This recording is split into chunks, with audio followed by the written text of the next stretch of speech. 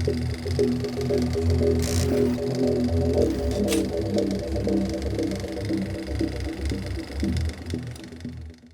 everybody, it's Chris from Redzone. Today I want to talk about this Compaq Deskpro computer that got given to me by a friend of mine. Back in 2000 I worked for a large corporation, and this was my computer at work with NT 4.0 Service Pack 3 running on it. So when I got this from my friend, it brought back a lot of memories from back in the day. And I was given an original Compaq keyboard as well as a original Compaq PS2 ball mouse, which I find to be horribly annoying because I have forgotten how much how much they suck. So instead I've used a Dell optical mouse, which surprisingly actually works through USB because this has Windows 98 SE on it. And it didn't actually blue screen when I plugged in a USB device. I've also forgotten how loud old computers are. I think the whiny hard drive that's in this is actually louder than the computer itself. But these old Compaqs are built like tanks, so they last forever. This computer is 15 kilograms, which is roughly about 30 pounds, and it definitely feels like it when you go to pick this up. This thing actually has metal in it. So let's take a look at this computer. So as you can see, it's got your standard floppy drive behind a bezel, as well as a CD-ROM reader only. There is no burner in this computer. This also has a Pentium 2 400 megahertz on a slot 1 card, 128 megs of RAM, and a 6.4 gigabyte hard drive, which is the base spec for this model of computer when it was sold. It's currently running Windows 98 on it. I'm pretty sure it's SE, I'm not 100% sure, but we'll find that out when we fire it up. So let's just have a look around the computer itself. Okay, let's have a look around here. This came in two factors, the desktop factor as you see here, as well as a tower. It's basically the same chassis with a different bezel on the front, and the drives load in horizontally. So when you turn it on its side, they're the same. So now I'm gonna try and open this. Well, actually, no, I lied. I'm gonna let's around the back first. And because this is so heavy, it's dragging the carpet around. So, typical IEC, it's 230 or 115 volts. Surprisingly, it has an onboard sound card, which for the computer, a business computer for the time, didn't have mostly, but this one does. So it's got a add-in network card. I believe it's a 3Com ISA card, but we'll have a look at that in a minute. This is a ATI Rage Pro 3D, I think. We can double check that as well. And you got your two serial ports, a old school parallel port, PS2 ports. A lot of audio ports for a business computer, to be honest. It has an ESS audio drive chip in it. ESS was later snapped up by Sound Blaster, so Sound Blaster could make PCI cards because they didn't know how to. And two USB, and I believe they're 2.0s, because listed under Windows 98 is a USB 2.0 stack. So I didn't realize that USB 2.0 was around that long. So now the fun part. I'm gonna open this guy up, and because it's a Compaq, it's a toolless opening. There's these two little divots on the side here that you push in, and I'm gonna use the drive here as leverage, and then the top just comes off like this. This is most of the weight here. We'll just put this out of the way here. And I've just realized that the hard drive isn't mounted the way it should be, because I guess I must have used it and forgot it to put it back. So I am just, for the sake of safety here, we're just gonna pull this out here. So this is an old, I want to say Western Digital drive. Oh yeah, a little bit of a dust bunny there. What do we got here? I don't know what this is. This looks like it's a Western Digital, but it's the 6.4 that the computer came with. I'll have to look up the model number after, but I'm pretty sure that's a Western Digital. So we'll just move this out of the way here. You got your floppy drive, your CD-ROM reader, and we'll just... This is very dusty inside, I apologize. So you got your Compaq power supply here, and you've got the motherboard here. Now surprisingly, it doesn't have, I really should have cleaned this out, I'm sorry. It's very, very dirty. Also, I need to reorient the camera a little bit. Sorry about that. We're gonna focus on the top here. So here is your Pentium 4 Pentium 4. Wow, I need to drink more coffee. Pentium 2 400 on a slot 1. Now, most of the slot 1 motherboards I had, it goes in the same direction as the RAM here, but this one is side firing. And I think they did that so they can reduce the number of fans. So there's a fan in the front here, behind this plastic bezel, that blows over the fins of the heatsink. I'm not sure if you can see that. I'm sure you can see the dust. I really should have cleaned this. Okay. Well, not like anybody's gonna watch this video anyway, right? So we got 128 gigs of RAM, and it should be SD RAM. Yep, it's PC 100. Actually, it's not even DDR1, it's PC 100, so. But at least it's 72 pins, so, and not 30 pin EDO RAM, which was fun to work with. We have our ATI card here. Not sure you can see that or not. Looks like you might be getting a bit of glare there, I apologize. But this is a Rage Pro Turbo AGP, which has, looks like you can put more memory on it that you want, and a header for something else. This was when ATI wasn't owned by AMD, when it was still a Canadian company. And over here we have the network card, which I can't 100% tell what it is, but usually these came with 3-column cards. Ugh.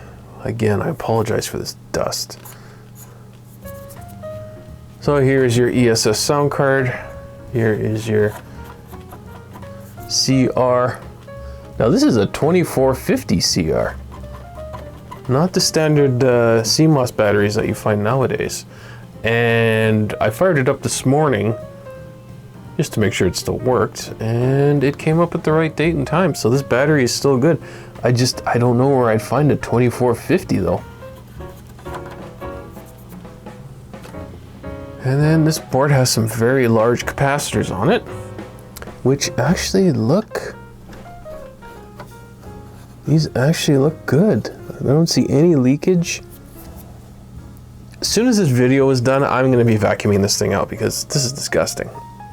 And I should have had a better look at it before doing the video, but oh well. This is YouTube. We're doing it live.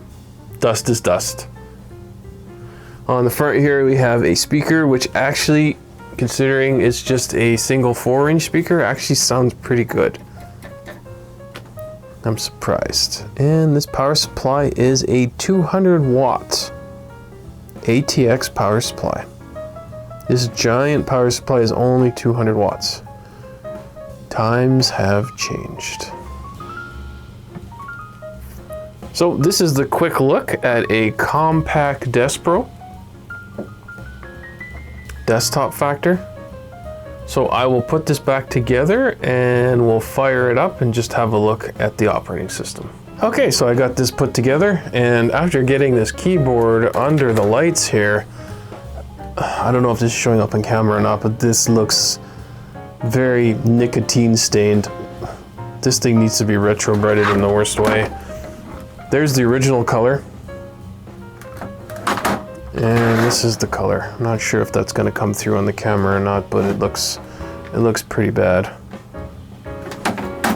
It's a shame that all these beige things turn this horrible nicotine stained yellow, because this is actually a nice keyboard. I think this is when NMB used to make them for Compaq, because it's got a good heft to it. It is a membrane keyboard, but I love typing on these. These feel really good. All right, let's fire this guy up here. Guess it helps if I turn the monitor on.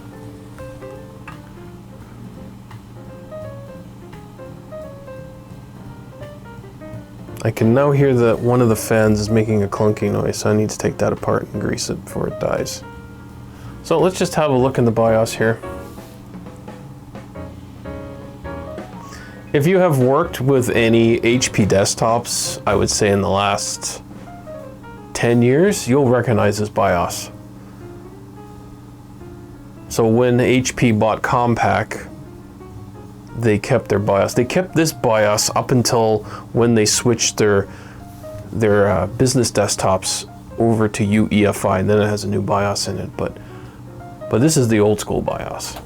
So as you can see here, it's got the Pentium 2 400, 100 megahertz front side bus, which was a huge deal back in the day, 400 megahertz clock speed, 512K of cache, 128 megs RAM, $19.99. I'm not going to go through all these menus, but it's pretty much the same HP menu that's been around for decades, quite literally. All right, get out of here. We're going to ignore changes because I didn't do anything, and we'll get this booted up here. I'm pretty sure this is 98 SE. I'm not 100% sure.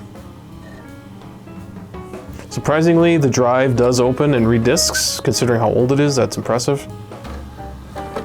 Not sure if you can hear that, but it's quite the old school hard drive. It's a bit of a slow boot up because I don't have a network cable connected. So I think it's trying to grab an IP address during the boot up sequence.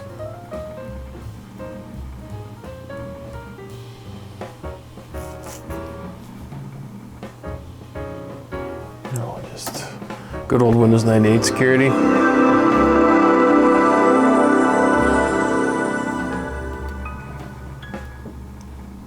No, that's a sound I haven't heard in a long time. All right. Okay, that's funny. This is Windows ME.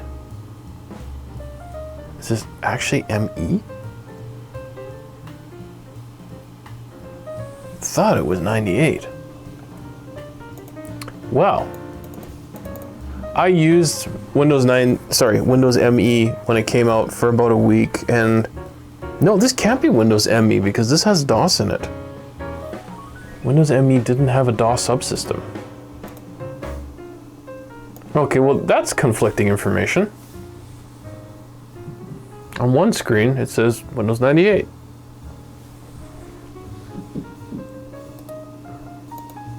On this screen it says Windows ME.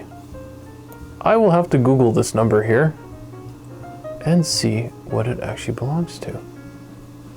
That is interesting. Very interesting. This will be just a quick tour of the OS. I mean, I'm sure you've all seen Windows 98, but I'm sure this has a DOS subsystem. Oh. Sorry, it's been a while. Huh? It says Windows 98. I thought it might have been Windows 98 SE, but I guess it's not.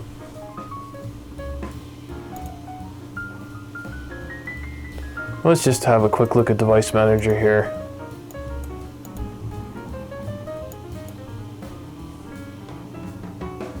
Not sure why this is showing up. Oh, we'll just minimize that. Pretty standard stuff here. Under programs, this is some leftover stuff from the person who gave this to me. Again, pretty standard stuff. Here's something I haven't seen in a long time. Windows 97, sorry, Word 97 and Word 95. It's been quite a while since I've seen these guys.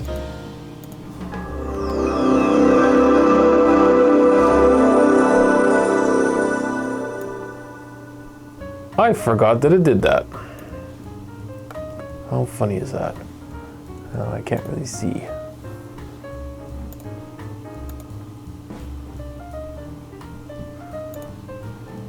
It's funny. I mean, I used Windows 98 for its entire life cycle when it came out, when it went away. And it feels like such a long time since I used it. I was an early adopter of Windows 2K because I had to get away from Windows 98 architecture. The fact that I couldn't leave my computer running for a week without it crashing because Windows 98 was so Windows 98, terrible. I jumped to Win 2K, which was based on the NT4 architecture, so I could run that computer for weeks without problems. And I loved it. But due to nostalgia, let's see.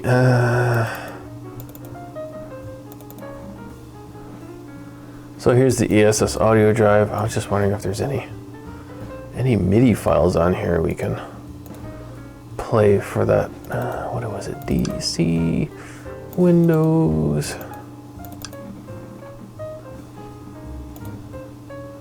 Under media. Here we go. No MIDI files, eh? No MIDI files. I don't know what this is.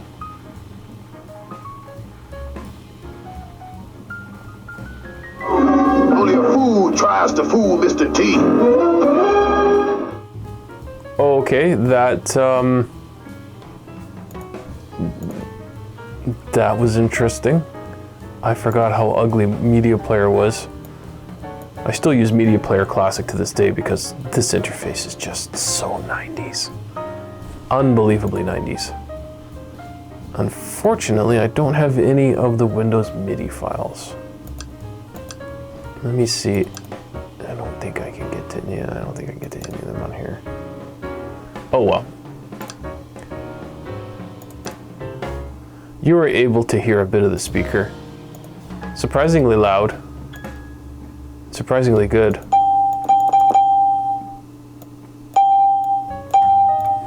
For a desktop computer. I think I have one game on here. Oh, Commander Keen. I don't even know if this will work.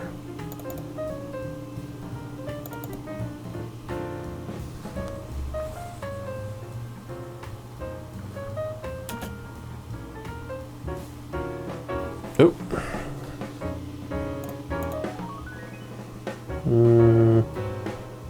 No, a little janky, but it's working.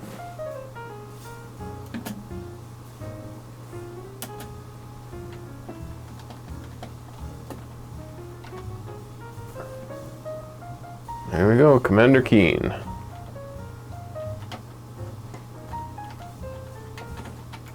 No sound. I guess it doesn't support the ESS audio drive.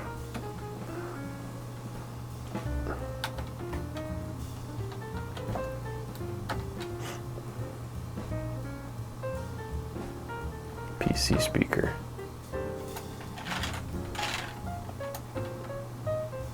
Yeah.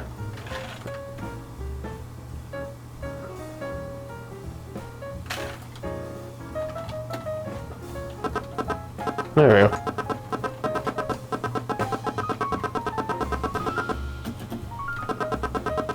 There we go, Commander Keen.